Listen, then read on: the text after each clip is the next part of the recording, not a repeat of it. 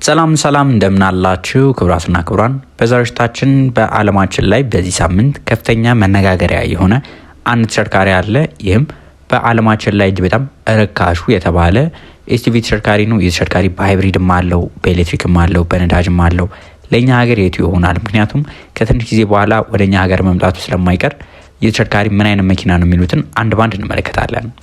ወደ መኪናው ከመሄዳችን በፊት ግን ከዚህ በፊት ለዚህ ቻናል አዲስ ከሆናችሁና ከይህን ቻናል ማታውቁት ከሆነ በዚህ ቻናል ላይ በየዕለቱ ከመኪና ጋር የተገናኙ የተለያዩ መረጃዎችን ይዘልናችሁ የምንቀርብበት ፕሮግራማችን ነው። በዚህ ቻናል ላይ በየዕለቱ ከመኪናና መኪና ነገሮች ብቻ ነው የሚቀርቡት። ስለዚህ ከመኪና ጋር የተገናኙ መረጃዎች መከታተል የምትፈልጉ ከሆነ ሰብስክራይብ ያድርጉ። እንዲሁም በቀጣይ ሌሎች ከመኪና ጋር የተገናኙ መረጃዎች በደንብ መከታተል የምትፈልጉ ከሆነ የደወል ምልክቱንም አንድ ላይ ተጫኗት።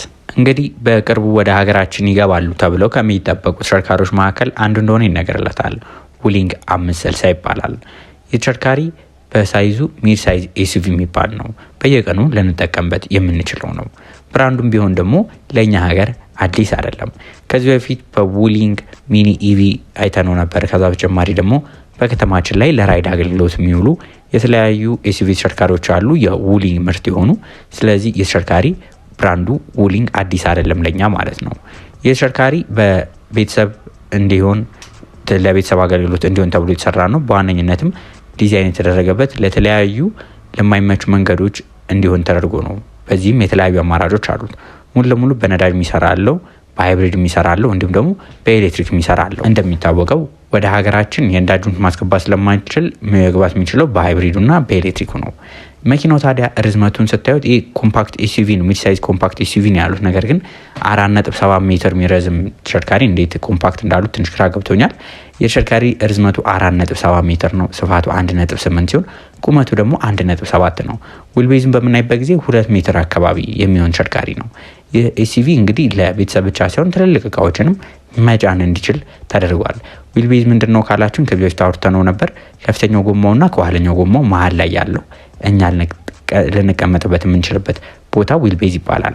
ለቤተሰብ አገልግሎት ነው የሚውለው ስላችሁ ወንበሮቹን ሙሉ ለሙሉ ማውረድም የምንችለው ተሽከርካሪ ነው። ወንበሮቹ ሲወርዱ ኦልሞስት 1945 ሊትር አካባቢ የሚያህል እቃ የመያዝ አቅም ያለው ቦታም አለው፣ ለካርጎ እቃ ማስቀመጫ ቦታው ማለት ነው። መኪናው እንደነገርኳችሁ በሶስት አይነት ይመጣሉ ብያቸዋለሁ። በቤንዚሉ ሲሆን 1500 ሲሲ፣ በቱርቦ 174 የፈረስ ጉልበት፣ በሲቪቲ ትራንስሚሽን ወይ ደግሞ በማኑዋል ትራንስሚሽን ተደርጎ ይቀርባል። እኛ ግን በዋነኝነት የምንፈልገው የሃይብሪድና ኤሌክትሪኩን ስለሆነ እሱን በደንብ እናየዋለን። ሃይብሪዱ በሚሆንበት ጊዜ ከነዳጁ ጋር ተመሳሳይ የሆነ ኢንጂን ነው የሚገጠምለት። ኢንጂናቸው 1500 ሲሲ ናቸው። ይህም እንግዲህ ተጨማሪ የኤሌክትሪክ ሞተሮች ይኖሩታል። በኤሌክትሪክ ሬንጅ ብቻ ኤሌክትሪክ ብቻ ተጠቅሞ እንዲጓዝ የሚያደርገው ኦልሞስት 125 ኪሎ ሜትር በኤሌክትሪክ ኃይል ብቻ ይጓዛል። አጠቃላይ ነዳጁንም ኤሌክትሪኩንም አንድ ላይ ስናደርግ ደግሞ 1100 ኪሎ ሜትር መጓዝ የሚችል ተሽከርካሪ ነው። ይህ በጣም ነዳጅ ቆጣቢ ከሚባሉ ኤስዩቪ ተሽከርካሪዎች በተለይ በዚህ ዋጋ ኦልሞስት የለም ማለት ይቻላል። በዚህ ዋጋ ኦልሞስት የለም እንደማለታችን መጠን በጣም ተመራጭ ይሆናል ተብሎ የሚጠበቅበት ነው። ሁለተኛው ሙሉ ለሙሉ ኤሌክትሪክ ናቸው። ሙሉ ለሙሉ ኤሌክትሪክ በሚሆንበት ጊዜ መኪናው የኤሌክትሪክ ኃይል ብቻ 134 የፈረስ ጉልበት ማምጫ ይችላል። መኪናው ባለ 60 ኪሎዋት ሊቲየም አየን ፎስፌት ነው። ሊቲየም አየን ባትሪ ሲሆን ሊቲየም አየን ፎስፌት ባትሪ ነው፣ የተሻለ ባትሪው ነው። ሬንጃቸውም ከ450 እስከ 500 ኪሎ ሜትር በአንድ ጊዜ ቻርጅ መጓዝ የሚችል ተሽከርካሪ ነው። ይህ እንግዲህ እንደ ባትሪ ፓክ እንደ ትሪም ሌቭላቸው ልዩነት ቢኖረውም ማለት ነው። አብዛኞቹ ግን በ60 ኪሎዋት ነው የምናገኛቸው። በፋስት ቻርጅ ከፈለግን 200 ኪሎ ሜትር የሚያስጉዘን ቻርጅ ኦልሞስት በ15 ደቂቃ ውስጥ ቻርጅ ማድረግ የሚችል ተሽከርካሪ ነው። ዋጋውን ስትሰሙ ደግሞ ከኪሎ ሜትሩ በላይ በጣም የሚያስገርማችሁ ነው። እነዚህ መኪኖች ዲዛይናቸው በዋነኝነት ቦክሲ የሆነ ኤስዩቪ ተሽከርካሪ ነው። ቦክሲ ኤስዩቪ ስንለው ቦክሲ ማለት ያው እንደምታውቁት እነ ሬንጅ ሮቨርም ሌሎችንም አይተናቸው ነገር ወደ 4 ማዕዘን አይነት ቅርጽ ያለው ነው። ያን ያህል በጣም ሌክዠሪ የምንለው አይደለም፣ ፍላሽ የምንለው አይደለም። ጀስት ስራውን ለማከናወን የሚያስችለን አይነት ነገር ነው። ከዚህ በተጨማሪ ያለው ውስጡ ላይ ያለው ቦታ ደግሞ ስፋቱን በምናይበት ጊዜ በጣም ሰፊ የሚባል ተሽከርካሪ ነው። ለካርጎ በሚሆንም ለቤተሰብም በሚሆን እንደፈለግን ማድረግ እንችላለን። 7 ሰው መጫን ይችላል የተሽከርካሪ ባይዘው። ዋጋውም እንደነገርኳችሁ ሆኖ ብዙ ሰው የሚያነሳው ጥያቄ ነው። ዋጋው ቀነስ ያለ 7 ሰው መጫን የሚችል ተሽከርካሪ ተብሎ በተደጋጋሚ የሚጠይቅ ጥያቄ ነው። በዚህ ምክንያት መኪናው 7 ሰውም እንዲጭን ማድረግ ይችላላችሁ፣ ወንበሮቹን ማለት ነው። ኢንፎቴመንት ስክሪናቸው በጣም ጥሩ የሚባል ነው። ዲጂታል ኢንስትሩመንት ክላስተር አላቸው። ኮኔክቲቪቲ አበሌቪታቸው በጣም ጥሩ የሚባል ናቸው። ሴፍቲ ፊቸሮቻቸውም ሴፍቲ የተሽከርካሪ ላይ በዋነኝነት ሌቭል 1 ሴፍቲ አውቶኖመስ ድራይቪንግ ሲስተሞቻቸው በዋነኝነት የክሩዝ ኮንትሮል ነው የሚያደርገው።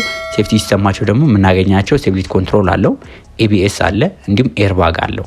እነዚህን ብቻ ነው ይዞ የምናገኘው። በጣም እንደነገርኳቸው በጣም ፋንሲ የሚባል አይደለም፣ ነገር ግን ለተወሰኑ ነገር ልንጠቀምበት የምንችለው በዋነኝነት በከተማችን ላይ የምናገኛቸው ለራይድ የሚሰሩትን የውዲንግ ኤስዩቪዎች አይነት እንደነ ቶዮታ አቫንዛዎች ራሱ ከሱ ጋር ተቀራራቢ የሆነ በፊቸር ደረጃ እነሱን አሟልቶ የምናገኘው ነው። ኢንፎቴመንት ስክሪን በአሁኑ ሰዓት ላይ በቻይና መኪኖች ላይ በብዛት የምናገኘው ነው። ተለቅ ያሉ ስክሪኖች እዚህም ተሽከርካሪ ላይ ተለቅ ያለ ስክሪን እናገኛለን፣ በተለይ ከፍ ያለው ትርም ሌቭል በሚሆንበት ጊዜ። ነገር ግን እዚህ ላይ የምናገኛቸው ሃይ ካር እና ደግሞ ካር ሊንክ ኮኔክቲቪቲ ነው የምናገኘው። ድራይቨር ዲስፕሌውም ደግሞ ዲጂታል ኢንስትሩመንት ክላስተር ናቸው። መሪውም እንደምትመለከቱ ሙሉ ለሙሉ ፍላት የሚባሉ ናቸው። ላይ የተለያዩ በተኖች ቢኖሩም ማለት ነው። እንደ ተጨማሪ እንደ ኮንፈርት ፊቸር የምናገኛቸው ከፍተኞቹ ትሪም በሚሆንበት ጊዜ ዋየርለስ ፎን ቻርጅ ማድረግ እንችላለን። በዛ ያሉ እቃ ማስቀመጫ ቦታዎች እናገኛለን። ወንበሮቹ የተሻለ ምቾት አላቸው። ከፍተኞቹ ትሪም በሚሆኑበት ጊዜ ደግሞ ፓናሮሚክ ሰሩፍና ደግሞ አድቫንስድ ኦዲዮ ሲስተሞች እንደ ኦፕሽን የምናገኝባቸው ናቸው።